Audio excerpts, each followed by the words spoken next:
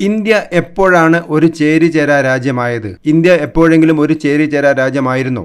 അങ്ങനെയുള്ള ചോദ്യമാണ് ഈ സന്ദർഭത്തിൽ പലരും ഉന്നയിക്കുന്നത്. ഡോക്ടർ ഇ ബാലകൃഷ്ണൻ ഉന്നയിക്കുന്നതും ഇതേ ചോദ്യം തന്നെ. അദ്ദേഹം ചോദിക്കുന്നു, ഇന്ത്യ എപ്പോഴാണ് ഒരു ചേരിചേരാ രാജ്യമായത്? മുമ്പ് അങ്ങനെയൊരു നെറ്റിപ്പട്ടം കെട്ടിയിരുന്നെങ്കിലും നമ്മൾ ഫലത്തിൽ റഷ്യൻ ചേരിയിലായിരുന്നു. അതിൻ്റെ അഡ്വാൻറ്റേജ് മുഴുവൻ പാകിസ്ഥാൻ എടുത്തു. ഫലം ഊഷ്മളമായ ഒരു അമേരിക്കൻ പാക് ബന്ധമായിരുന്നു.